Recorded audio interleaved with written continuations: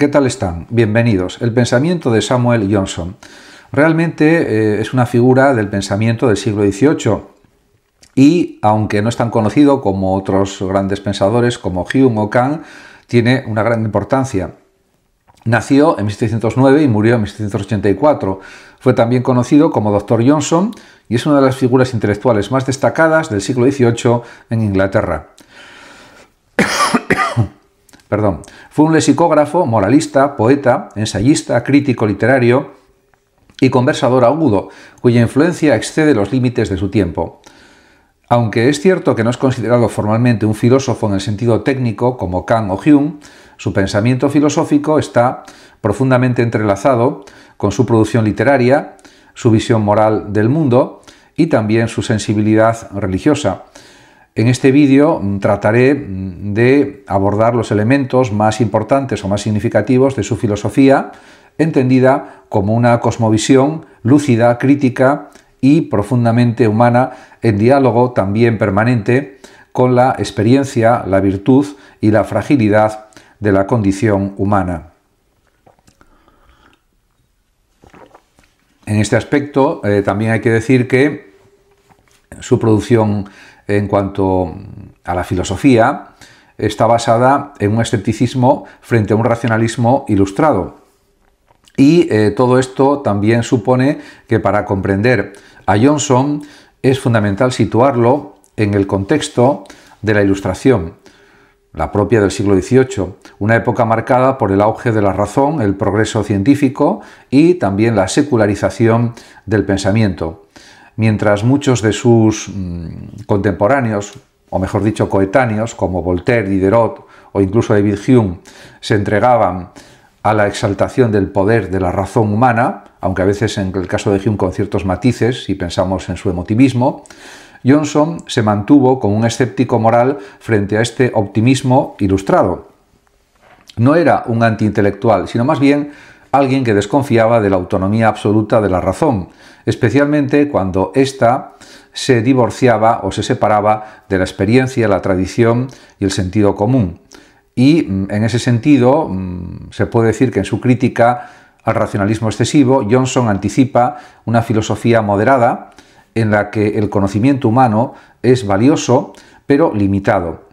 Para él el conocimiento no puede jamás sustituir a la sabiduría entendida esta como el arte de vivir bien, de juzgar prudentemente, de actuar con bondad o con virtud, y esta visión o interpretación se refleja también en su actitud hacia los sistemas filosóficos complejos y abstractos.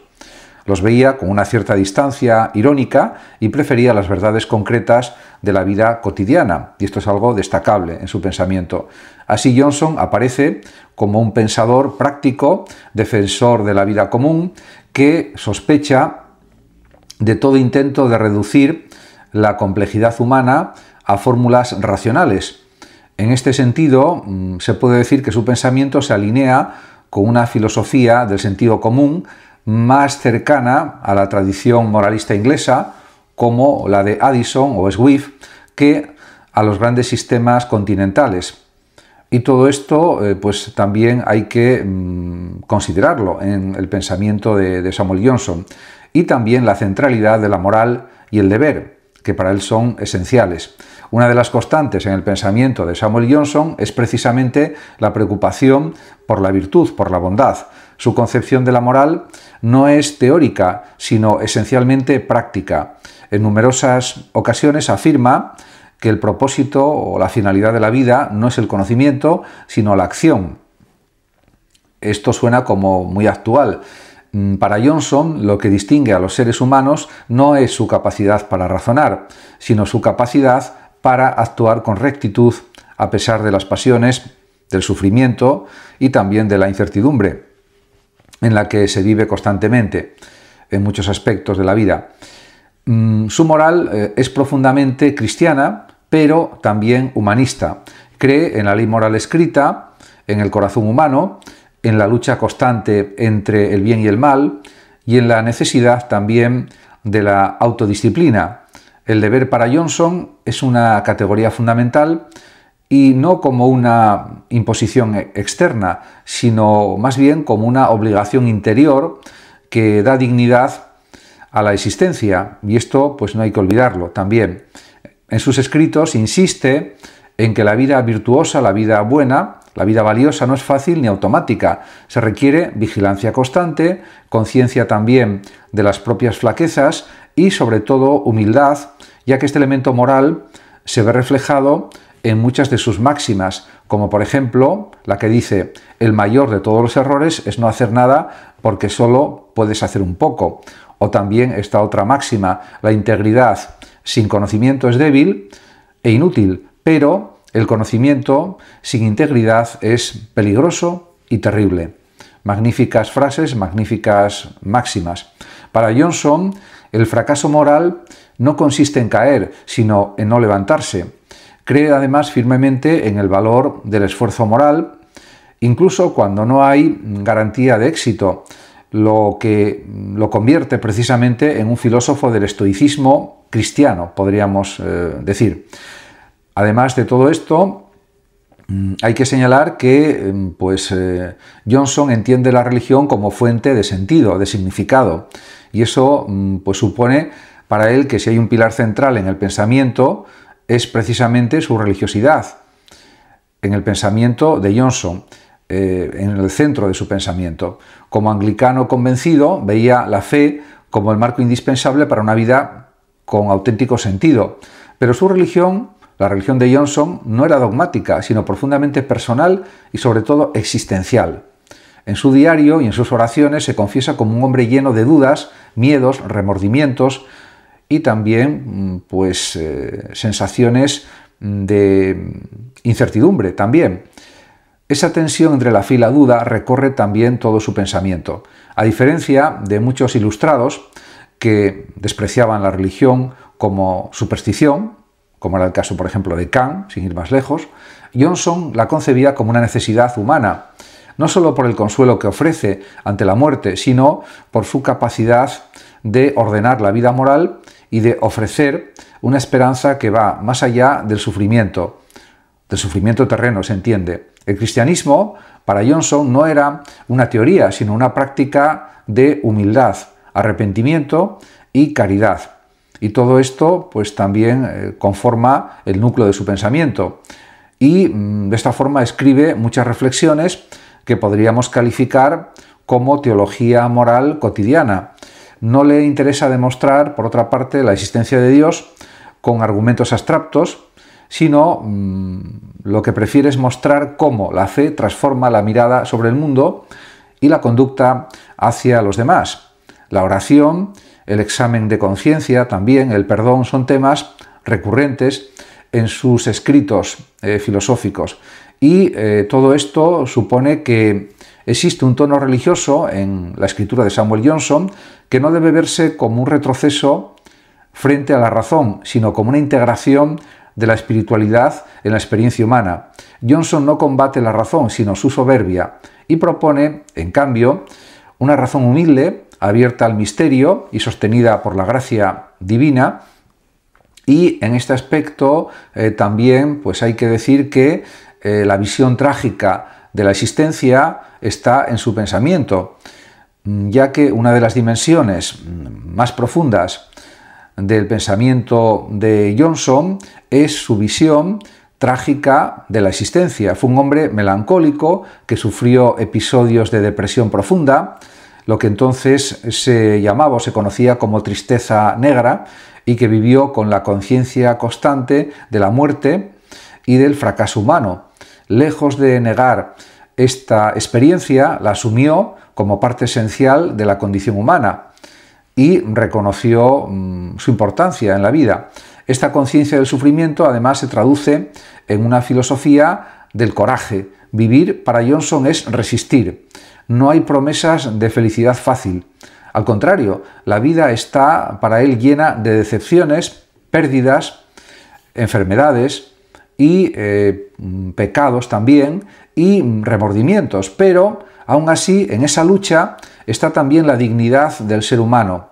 Eso él lo recalca contundentemente. La muerte no es para Johnson un tema tampoco marginal, sino una presencia constante.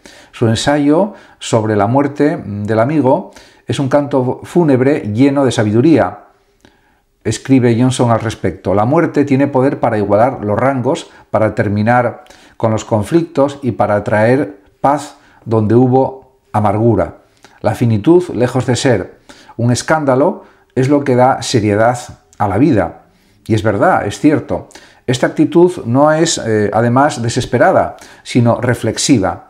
Johnson creía que el sufrimiento podía humanizar, que la enfermedad también podía enseñar paciencia y que la pérdida podía despertar compasión. Su pensamiento, por tanto, no elude la tristeza, pero la convierte en ocasión de sabiduría, en ocasión de reflexión, se podría decir también, de alguna forma. Además, también hay que señalar que para él el lenguaje es un instrumento moral y filosófico. Y todo esto, pues, también indica que no se puede hablar del pensamiento de Johnson sin mencionar su relación con el lenguaje. Su diccionario de la lengua inglesa, por ejemplo, publicado en 1755, es mucho más que una obra lexicográfica, que lo es también. Es una manifestación de su filosofía moral y cultural. Para Johnson, el lenguaje no es un simple vehículo de comunicación, sino una forma de modelar o moldear la mente, la conducta y la cultura, y en esto se adelanta a su tiempo. Su lucha, además, por definir las palabras refleja su deseo de claridad, de precisión, de honestidad. En tiempos de retórica vacía y de discursos engañosos, algo que sucedía en el siglo XVIII y sigue sucediendo actualmente, lamentablemente, Johnson consideraba que cuidar el lenguaje era un acto moral. Nombrar bien las cosas era también juzgarlas bien. Por eso condenaba el lenguaje afectado, la pedantería y la hipocresía verbal. En ese sentido, su pensamiento también es muy actual. Además, creía que las palabras transmiten valores. Por eso, sus definiciones no son neutras. Muchas están impregnadas de ironía, de crítica o de sentido común. Por ejemplo, definió excusa como una defensa que intenta disimular una culpa que no se puede justificar. Su diccionario, entonces, podemos decir que es también una obra filosófica, una cartografía del alma humana a través de la lengua. Y esto es algo indudable, así era y así es. Por otra parte, también hay que decir que en cuanto a la amistad, la conversación y la vida compartida, pues tiene brillantes páginas en las que trata de estas cuestiones. Johnson fue célebre por su conversación y su pensamiento se desplegaba muchas veces en el diálogo más que en el tratado. Podemos decir que su relación con Boswell, su amigo y biógrafo, es un ejemplo extraordinario de cómo la filosofía puede nacer de la amistad. En la vida de Samuel Johnson, en esta obra, Boswell recoge cientos de reflexiones, sentencias y también discusiones que forman un retrato filosófico vivo de Johnson. Y esto pues, realmente supone pues, un gran logro por parte de Boswell. Para Johnson, la conversación no era solo un pasatiempo, sino un acto de comunión intelectual y moral. Creía que se podía aprender más en una tarde de charla honesta que en varios libros. Es algo a destacar y que me parece, por otra parte, muy sensato. Por eso valoraba tanto los clubs, las reuniones, los cafés, donde las ideas circulaban y se ponían a prueba. Algo también importantísimo, sin duda. La amistad, además, era para él un refugio contra la tristeza, una escuela de virtud y una expresión de la caridad cristiana. En sus cartas, en sus diarios, en sus oraciones, aparece constantemente el recuerdo de los amigos ausentes, enfermos o muertos. Su vida estuvo también marcada por el afecto, la gratitud y el luto como formas de dar sentido al tiempo compartido, especialmente también. Y también hay que decir que, a modo de conclusión, pues la filosofía de Johnson es una filosofía de la humanidad y del sentido común, podríamos decir. Samuel Johnson no fue un filósofo de sistema, pero fue un pensador de alma profunda. Su pensamiento no se formula en tratados abstractos, sino en ensayos. Ensayos, oraciones, cartas, diccionarios y también conversaciones. Pero en todos estos géneros se revela una misma preocupación: cómo vivir bien, cómo mantener la dignidad en medio de la fragilidad, cómo actuar con integridad en un mundo incierto y lleno de falsedades, por ejemplo, y su interpretación filosófica es en última instancia una antropología moral y espiritual. Cree en la capacidad humana para el bien, pero no idealiza al ser humano. Reconoce también nuestras pasiones, nuestros errores, nuestras caídas, pero también a la vez nuestras posibilidades de redención, de aprendizaje y también de consuelo. Muchas gracias a todos por su atención y hasta mi próximo vídeo. El que lo desee puede compartir este vídeo, darle like o suscribirse a mi canal de YouTube. Hasta pronto.